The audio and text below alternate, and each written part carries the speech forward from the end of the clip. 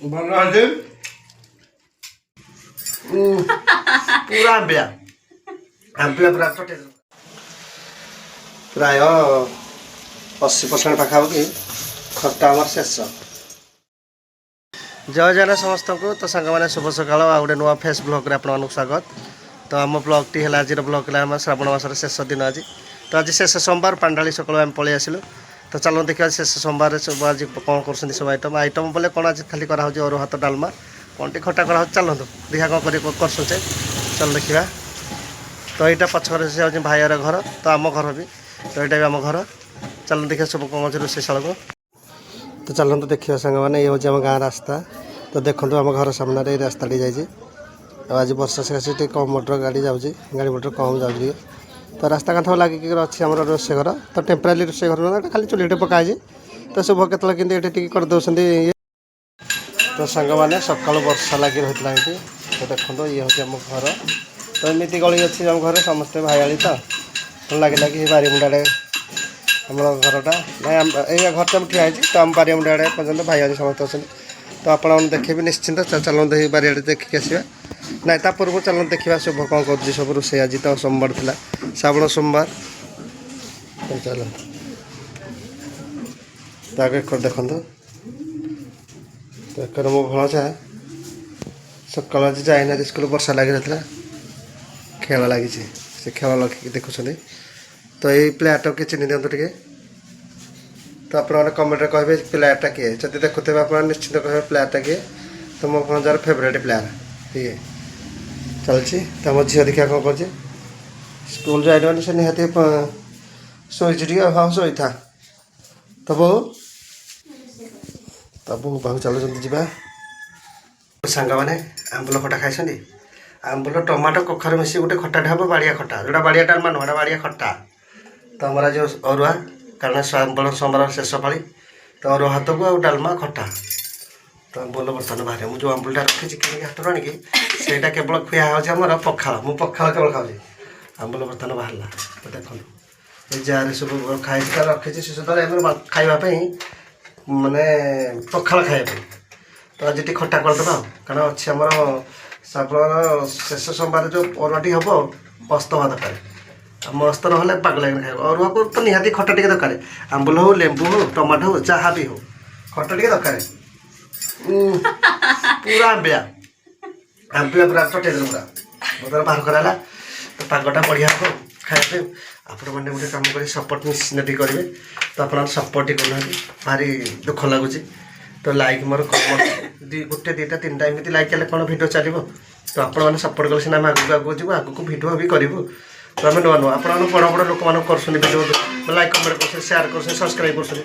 ତ ଆପଣମାନେ ଆମକୁ ସବସ୍କ୍ରାଇବ୍ଟେ କରନ୍ତୁ ହେଲେ ପ୍ଲିଜ୍ ଆପଣମାନଙ୍କୁ ଆମେ ଟିକେ ଆମର ପାଖେ ବର୍ତ୍ତମାନ ଚାଲିଛି ସବୁ ବହୁତ ପରିଶ୍ରମ କରୁଛନ୍ତି ସକାଳୁ ବହୁ ଲାଗି ପଡ଼ିଛି। କାରଣ ମୁଁ ପାଣି ଧରିକି ତ ଆସିଲା ବେଳୁ ଚାଲିଛି ରୋଷେଇ ମାନେ ମୁଁ ଆସିଲି ପ୍ରାୟ ପାଖାପାଖି ରାତି 4ଟା ପାଣ୍ଡାଳି ପଳେଇ ଆସିଲି। ପାଣ୍ଡାଳି ଆସିଲା ପରେ ସେ ଉଠିକି ସବୁ କାମ ଚାଲିଛି। ଏତେବେଳେ କାମ ସରିନି ବର୍ତ୍ତମାନ ଟାଇମ୍ ହେଇଗଲାଣି ପାଖାପାଖି ଦିନ 9:30 ପାଖାପାଖି ହେଲେ ତଥାପି କାମ ସରିଯିବ ଶୀଘ୍ର। ସରିଲେ ଆମେ ଖାଇବାକୁ ଯିବୁ। ବାପା ବି ନାହାନ୍ତି ବାପା ଯାଇଛନ୍ତି ବିଲ ଆଡ଼େ ଟିକେ ସାର ଫାର ପଡ଼ିବା କଥା। ତ ସକାଳୁ ବର୍ଷା ବି ହେଇଗଲା ଆପଣମାନେ ଦେଖିଥିବେ ଭିଡ଼ିଓଟା ମୁଁ ପକେଇଥିଲି ମାନେ ପଛରୁ ଯେଉଁ କୋବିଟା କରିଥିଲି। ତ ଆପଣ ଦେଖିଥିବେ ନିଶ୍ଚିନ୍ତ ଯଦି ଦେଖୁଥିବେ ତାହେଲେ ବର୍ଷା ସକାଳୁ ଯାଇଥିଲା ମୁଁ ଦେଖୁଥିଲି ଆପଣମାନଙ୍କୁ। ଚାଲିଛି ଏବେ କିଛି ଏମିତି ଏକରେ ଆମର ରୋଷେଇ ସରିଲା ପରେ ଖାଇଲା ପରେ ଆପଣମାନେ ଦେଖିବେ। ତ ଆମର ଅରୁଆ ଭାତକୁ ଆଉ ବାଡ଼ିଆ ଡାଲମା ଆମ୍ବୁଲ ଆଉ ଟମାଟୋ କଖାରୁ ମିଶିକି ଗୋଟେ ଖଟା ବେଷ୍ଟ ଖଟା। ତ ସବସ୍କ୍ରାଇବ୍ କରିବାକୁ ଭୁଲିବେନି। ପ୍ରାୟ 80% ପାଖାପାଖି ଖଟା ଆମର ଶେଷ। ଖଟାରେ ଆମର ଟମାଟୋ ପଡ଼ିଛି ଆମ୍ବୁଲ ପଡ଼ିଛି ସବୁ ପ୍ରକାର ଆଇଟମ୍ ପଡ଼ିଛି। ତ ଆଜି ମସ୍ତ ଅରୁଆ ଡାଲମାଟା ହେବ। ଟିକେ କଖାରୁ ମଧ୍ୟ ପଡ଼ିବ। କଖାରୁରେ ଲଙ୍କା ଶୁଖିଲା ଲଙ୍କା ଦୁଇଟା ଭଜା ହେଇକି ଛଡ଼ା ହେଇଛି ସେଇଥିରେ ପଡ଼ିବା ପାଇଁ। ତେଣୁ ଆଜି ଅରୁଆ ଡାଲମାଟା ଲଙ୍ଗା ହେବ ନା କ'ଣ ହଉ। ଭାତରେ ପଡ଼ିବ ଆଡ଼େ ବାଲି ମାନେ ଭାତଟା ଆମର କେଉଁଠି ଅଛି ତଳେ ନା ସେ ଉପରେ ରଖିଦେବ ମାନେ ଉଷରା ଆଜି ହେବନି ବୋଲି ଅରୁଆଟା ତଳେ ରଖାଯାଇଛି। ଆଜି ସୋମବାରଟା ନା କ'ଣ ଭଲ ଲାଗିବ ତ ଖଟାଟା।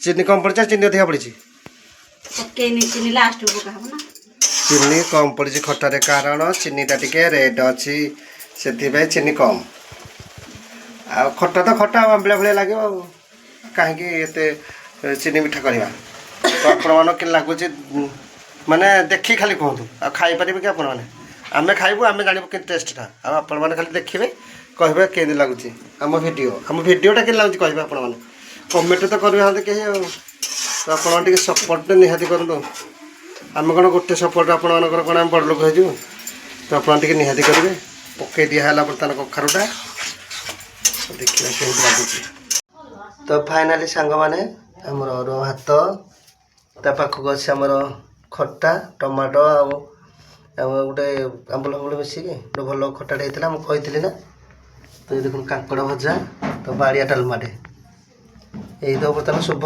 प्रस्तुति कला से लगिगला 2 घंटा 3 घंटा पाखपाखि लगिगला तो से कर रूम रे से बाढ़िया पे खावाई प्रस्तुति चलती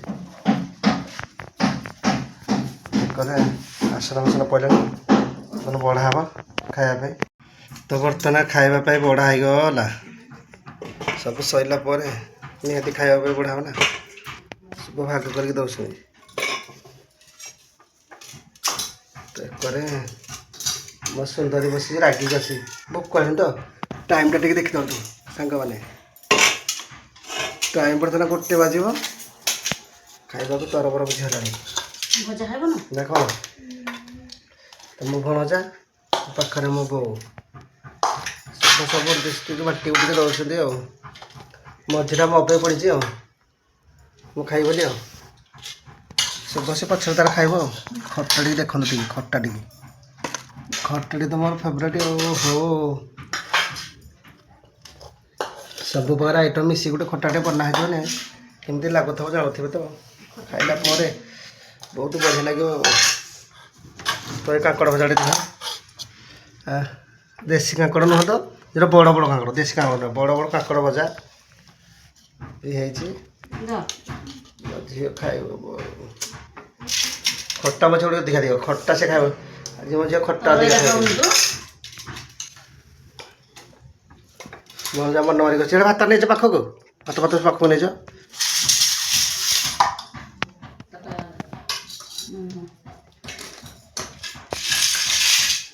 हाँ हाँ मुझे बस पड़ी टे खाया तो सांग मैंने खाଇବା आरंभ कलु भल काकल मो प्रथम मो झ खाई पारे बाम कर मो डाण कर मो भणजा शुक्री लगे मो भणजा बाजी शुक्री लगे शुक्री टोटाल को लगे जो खट्टाटी कहते खट्टाटी केमती बोले तो देखो खट्टाटी पूरा सुपर ये खट्टा तरकारी भात भात पड़े कौन कर मो भणजा गोटे दिन सांगे सांगे गाधो आम सहित खाइब भिडियो करने बाहर इंटरेस्ट टे आज बर्षा लगे पढ़ी पाठ जाना पाठ पढ़ी जाना काली आड़ जी मो झील भी जाए ना कौन झील आ खाऊ सांग मैंने आप खाइबे जातु खाइबा मतामत नहीं सब्सक्राइब करेंगे शुभ वीडियो कर कौन करवा लाइक कर रखुची।